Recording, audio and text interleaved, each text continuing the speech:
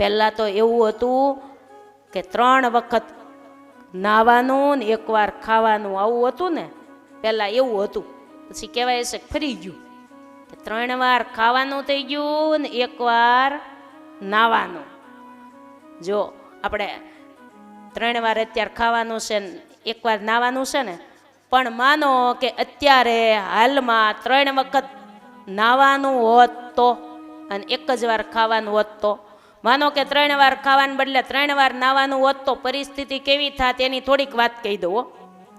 3 વાર નાવાનું હોત ને તો કેવી પરિસ્થિતિ હોત, તો બધા સગા સંબંધીઓને એમ આમંત્રણ આપત કે સપરિવાર કાલે અમારે ત્યાં નાવાનું ગોઠવવાનું છે. હવે 3 વાર ખાવાનું છે, તમે ખાવાના જ આમંત્રણ દોશો ને, પણ કદાચ ઈ હોત તો ઈ જ હોત ને બધું. હજી સાંભળજો, માનો કે હોટલ જેટલી છે ને અત્યારે હાલમાં એટલા જ સ્વિમિંગ પુલ હોત, હોટલને બદલે કેવા નામ હોત, નાવાનું 3 વાર હોત તો એવા બોર્ડ હોત, યમુના સ્નાન સેન્ટર, દર્શન સ્નાન સેન્ટર, ગંગા સ્નાન સેન્ટર. આવો સરસ આરામદાયક બાથરૂમની વ્યવસ્થા અહીંયા મળી રહેશે, શેમ્પૂની વ્યવસ્થા અહીંયા છે, સ્નાનના પ્રકારો કેવા કેવા લખ્યા હોત.